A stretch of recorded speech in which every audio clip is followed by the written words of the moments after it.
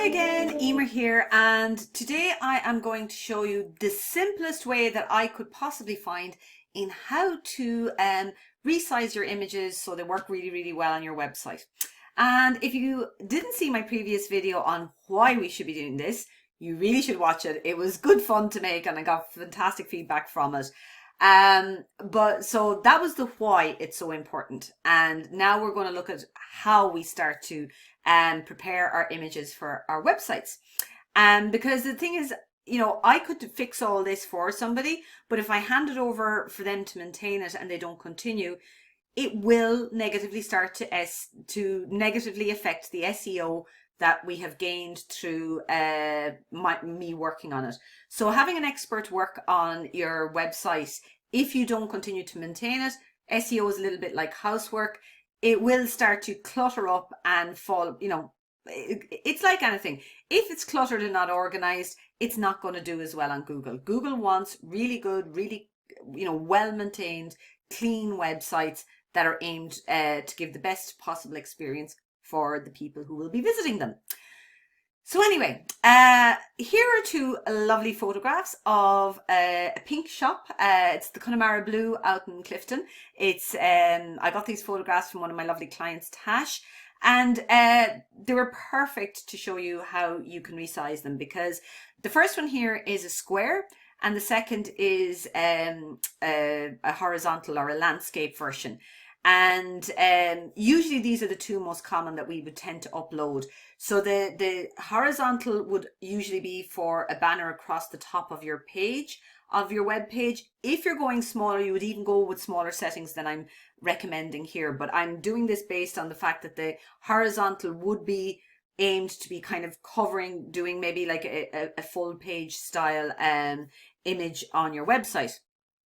The square ones, I recommend square. Now, this isn't a product, but I do recommend a square photograph for products for WooCommerce, because they just tend to look better when they're there. I mean, you can put up other ones. WooCommerce has got an awful lot better at displaying them well. It used to kind of make them more higgledy-piggledy. It has got a lot better with that, but it's still, they're not framed very well. If you put them in a square, frame them well so that the image looks good, it does look a lot better on your website.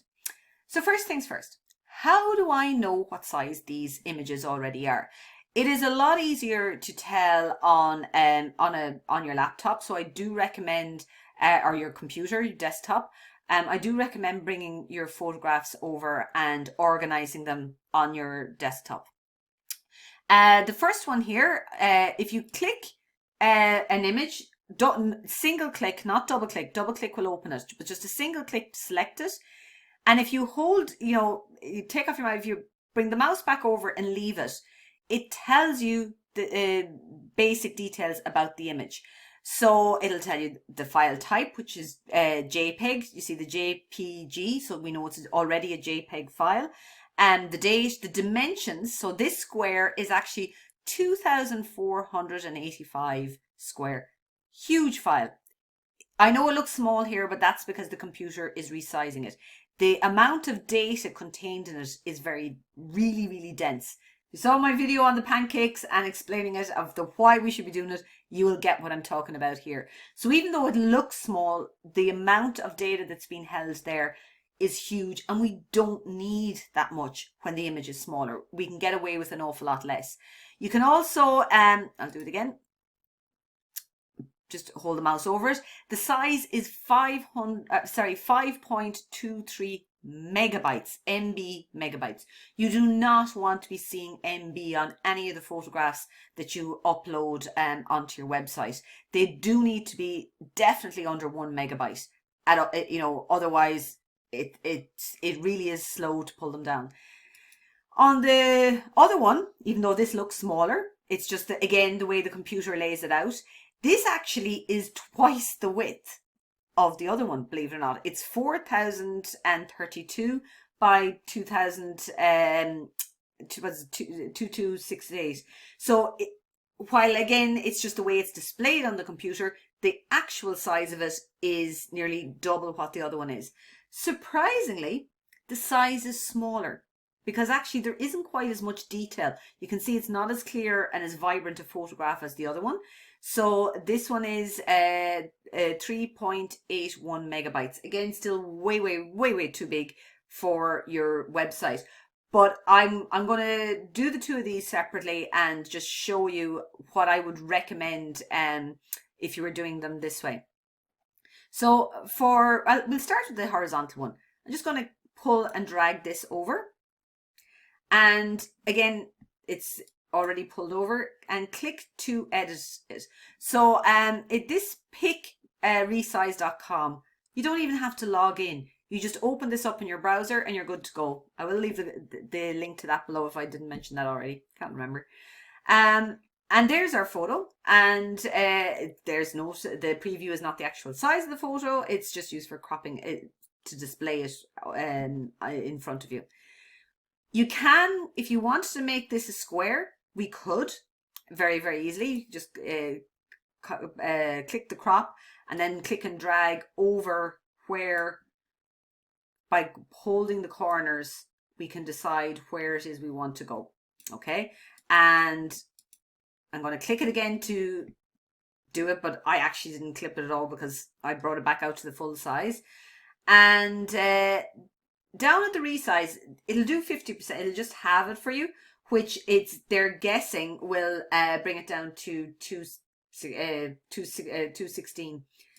What I'm going to suggest is click on the double dots here, custom size, and we're going to go 1200 by 800. I just find this is a good size for for images online. We're going to stick with the JPEG format. Unless you have a transparent background, please go with JPEG. It's a much better file for websites, but it doesn't support if you want a transparent background. So if you have a logo and you want a transparent background, then you would need to do what's called PNG. It's another style of format that allows that, but it's a much bigger file. So we're going to stick with JPEG. Quality, because that was a little bit low, I'm going to go with the best. Change the quality up to the best and select I'm done.